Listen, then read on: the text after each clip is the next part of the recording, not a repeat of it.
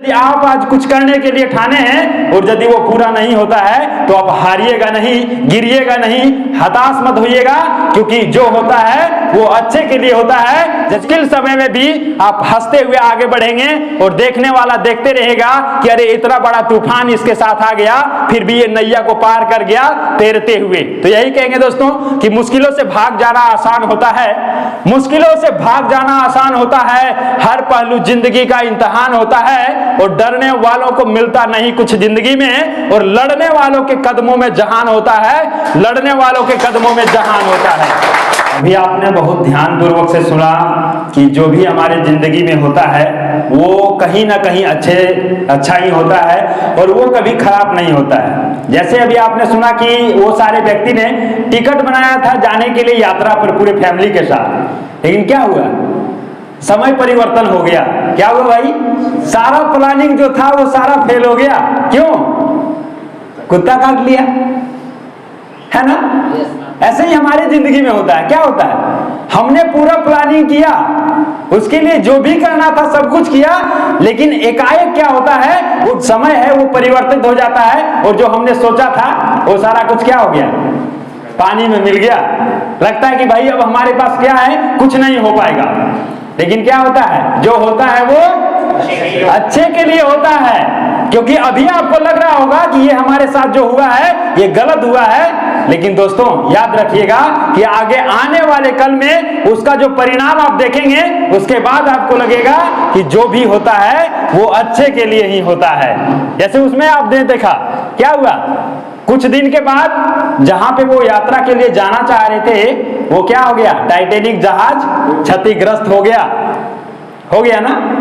उसके बाद क्या किया उन्होंने, जो कुत्ता को डांट रहा था कि अरे तुम्हारे वजह से हमारा प्लान कैंसिल हो गया, सारा पैसा बर्बाद हो गया, हम लोग घूम नहीं पाए, उसी कुत्ता को अब रिस्पेक्ट कर रहा है कि तुम था तब हम लोग सभी बच पाए हैं, अन्यथा आज हम भी कहां होते, ईश्वर के पास होते ना। तो क्या हुआ, जो हुआ वो अच्छे के लिए हुआ। तो साथियों, मेरे दोस्तों, मेरे भाइयों, मेरे अजीजों, बस यही कहेंगे कि आपके भी जिंदगी में यदि आप आज कुछ करने के लिए ठाने हैं और यदि वो पूरा नहीं होता है तो आप हारिएगा नहीं, गिरिएगा नहीं, हताश मत होइएगा, क्योंकि जो होता है वो अच्छे के लिए होता है। यदि आज आप ग्रुप डी में सिलेक्शन नहीं होते हैं तो यकीन मानिए कि आपके मेहनत और परिश्रम आपको कल जेपीएससी, यूपीएससी और बीपीएससी में भी फाइनल रैंक दे सकता है, आप कुछ अच्छा कर सकते हैं। लेकिन कहेंगे नहीं ग्रुप डी में तो नहीं हुआ, अब क्या है, लाइफ खत्म हो गया भाई, अब कुछ नहीं कर पाएंगे, तो क्या होगा, फिर वही आपके अंदर जो एनर्जी था, जो हौसला था, जो जुनून था, उसको आपने क्या किया, आपने खुद ही उसे कम कर दिया, खुद ही उसे दबा दिया, खुद ही उसे गिरा दिया। तो बस ये नहीं करना है, जब भी आपके साथ कुछ बुरा होगा तो यकीन मानिएगा कि आज ये हमारे साथ बुरा हुआ है तो ये कहीं ना कहीं अच्छा ही हुआ होगा। आप कई बार देखे होंगे कि आप जो करना चाह रहे हैं वो नहीं कर पाए, तो उसके बाद जो रिजल्ट आता है उसमें लगा होगा कि शायद ये काम उस समय कर दिए होते ना तो आज गलत होता है ना। बहुत बार ऐसा होता है। बस यही है, एक छोटा सा वक्तव्य हम बताएंगे कि एक बार क्या होता है, एक वैज्ञानिक कहीं से गंगा पार कर रहा होता है, तो उसमें जो नाव पर बैठा हुआ होता है, नाविक उसे चला करके ले जा रहा होता है गंगा पार करने के लिए। अब क्या होता है, वहां पे एक वैज्ञानिक और एक नाविक दोनों था। अब गंगा पार करना है तो समय तो लगेगा, तो दोनों में बातचीत होता है तो ज्यादा अच्छा लगता है। अब दोनों वैसे बोरिंग जाएंगे तो अच्छा लगेगा क्या? दो लोग जा रहे हैं कहीं और दोनों अपने चुप्पी साधे हुए तो अच्छा लगेगा क्या? नहीं, दोनों में बातचीत शुरू होता है। वैज्ञानिक नाविक से पूछते हैं, क्या भाई साहब आप जो नाव चलाते हैं क्या आपको अंग्रेजी आता है इस जमाने में? नाविक क्या बोलता है कि हम तो अनपढ़ गवार हैं, अंग्रेजी तो क्या, हमको शुद्ध से हिंदी भी नहीं आता है, हम सिर्फ अपना भाषा जानते हैं बोलने। वैज्ञानिक हंसते हुए कहता है कि भाई आज के जमाने में तुम इंग्लिश नहीं जानते हो, तुम्हारा 20% लाइफ जो है वो यूं ही खत्म हो गया है, तुमको जानना चाहिए था। वैज्ञानिक उसको बोल दिया। वो क्या है, नाविक नाव चलाते हुए आगे बढ़ते चला जाता है, कुछ नहीं बोलता है। फिर आगे जाने के बाद वैज्ञानिक पूछता तुमको साइंस में कुछ पता है? अभी इतना सारा एक्सपेरिमेंट हो रहा है, साइंस आगे बढ़ रहा है, डेवलप कर रहा है, कुछ जानते हो? साइंस के बारे में भी हमको कुछ पता नहीं है। कौन बोला? नाविक बोलता है कि कुछ पता नहीं है हमको। तुम्हारा है वो 20% से नहीं, अब 40% जिंदगी जो है खत्म हो चुका है, क्योंकि तुम साइंस भी नहीं जान रहे हो। जो आधुनिक युग है, और साइंस ही क्या है, हमारे समाज को डेवलप कर रहा है, जहां भी देखेंगे साइंस ही दिखता है, लेकिन तुम नहीं जान रहे हो, बस नाव को क्या है सिर्फ चलाना जान रहे हो। फिर आगे बढ़ता है, कहता मैथमेटिक्स जानते हो, फिर वो कहता है कि भाई हमको तो मैथमेटिक्स आता ही नहीं है, कुछ नहीं जानते हम। और उसको भी कहता है कि अब तुम्हारा 60% जिंदगी जो है खत्म हो गया। फिर आगे बढ़ता है, इसी तरह से पूछता है कि आज के जमाने में इतने सारे वैज्ञानिक खोज कर रहे हैं, तुम ये टूटे फूटे नाव से ही चल रहे हो, लकड़ी वाले नाव से ही चल रहे हो, टेक्नोलॉजी के बारे में जानते हो, नए नए बड़े बड़े जहाज आ गए हैं, ऐसा आ गया है कि खुद चलता है ऑटोमेटिक से, जानते हो? वो नहीं जानते। तुम्हारा 80% जिंदगी खत्म हो गया। कौन बोला? वैज्ञानिक ने बोला कि तुम्हारा 80% जिंदगी खत्म हो गया है, मात्र 20% बचा हुआ है। नाविक क्या कुछ कर सकता था क्या? उसको लगा भाई मेरा 80% खत्म हो गया, कम से कम 20 तो बचा है। थोड़े ही देर में दोस्तों देखेंगे कि बादल जो है काला होने लगता है, घना होने लगता है, आंधी तूफान आने लगता है, और देखते ही देखते क्या है, पूरा तूफान में उस जहाज का जो है स्थिति इतना डावाडोल हो जाने लगता है कि कुछ ही देर में वो नाव पलटने वाला होता है। और नाविक सीधा सवाल करता है वैज्ञानिक से कि क्या सर आप तैरना जानते हैं क्या?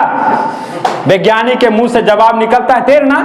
अरे ये तैरना क्या होता है? हम तो नाव से जा रहे हैं, आसानी से गंगा पार कर जाएंगे, तैरने के लिए हम समय थोड़ी ना लगाए हैं, हम तो खोज करने के लिए समय लगाए हैं। तो नाविक मुस्कुराते हुए कहता है कि सर आप यदि तैरने जानते हैं तो शायद आपका जो है 100% लाइफ बचता, लेकिन आप तैरने नहीं जान रहे हैं, जिसके वजह से आपका 100% लाइफ आज ही खत्म हो जाने वाला है। और दोस्तों कुछ ही देर में वो तूफान आता है जोरों से और नाव डूब जाता है। वहीं नाविक तैरते हुए बाहर निकल जाता है। लेकिन जो वैज्ञानिक सब कुछ जानते हुए सिर्फ एक चीज नहीं जान रहा था, वो क्या था?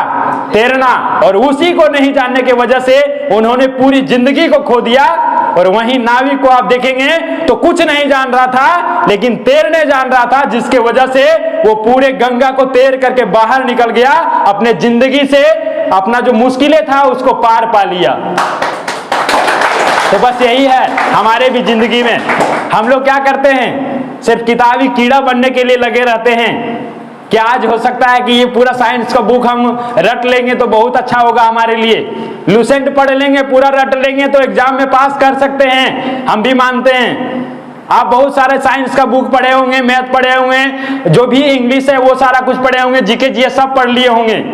लेकिन मित्रों क्या आप अपने 20% को विकसित करने में कुछ समय लगाएं क्या? वही जो नाविक जान रहा था, क्या था वो? एक्स्ट्रा एक्टिविटी था। कहीं हमारे सिलेबस में है क्या तैरना वगैरह? वो एक्स्ट्रा एक्टिविटी है। तो क्या आप एक्स्ट्रा एक्टिविटी के लिए समय देते हैं या फिर वही किताबी कीड़ा बन करके रहना चाहते हैं? ये आपको डिसाइड करना है। लेकिन हम यही कहेंगे कि 80-20 रूल को फॉलो करिए और 80% में अपने कैरियर को ध्यान दीजिए। जो भी आपका गोल है, जो भी आपका मकसद है, जो भी आपका लक्ष्य है, वहां तक जाने के लिए आप 80% का समय दीजिए। लेकिन जो 20% का समय बचता है ना आपकी जिंदगी में, उसमें आप अपने बेहतर जिंदगी को बनाने के लिए, एक्स्ट्रा एक्टिविटी को बिल्ड करने के लिए और कुछ नया सीखने के लिए जरूर दीजिए, जिससे आप उस विकट परिस्थिति में भी आगे बढ़ सकते हैं और विकट परिस्थिति से भी निजात पा सकते हैं। वहां भी उसको हंसते हुए खेलते हुए उसी नाविक की भांति आप भी तैर करके नैया पार कर सकते हैं। ये आपके अंदर यदि क्षमता विकसित करता है तो वो है 20% जो एक्स्ट्रा एक्टिविटी में आता है। कितने लोग एक्स्ट्रा एक्टिविटी में समय देते हैं कुछ सीखने के लिए?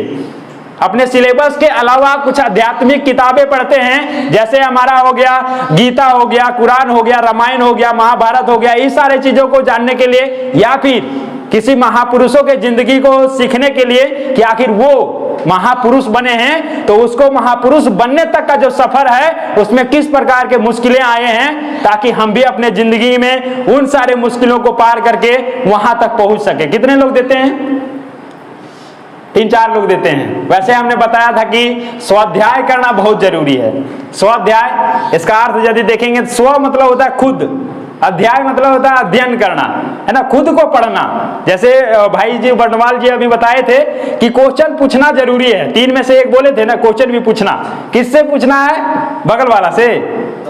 खुद से पूछना है क्वेश्चन कि आज यदि हम असफल हैं तो उसका कारण क्या है, आज यदि ये नहीं हो पाया है तो उसका कारण क्या है। और यदि आप खुद से क्वेश्चन पूछेंगे ना, कारण पूछेंगे कि क्या कारण के वजह से हम इस एग्जाम में असफल हो गए, तो आपको अपने ही अंदर से उसका निवारण भी पता चलेगा। चलता है ना।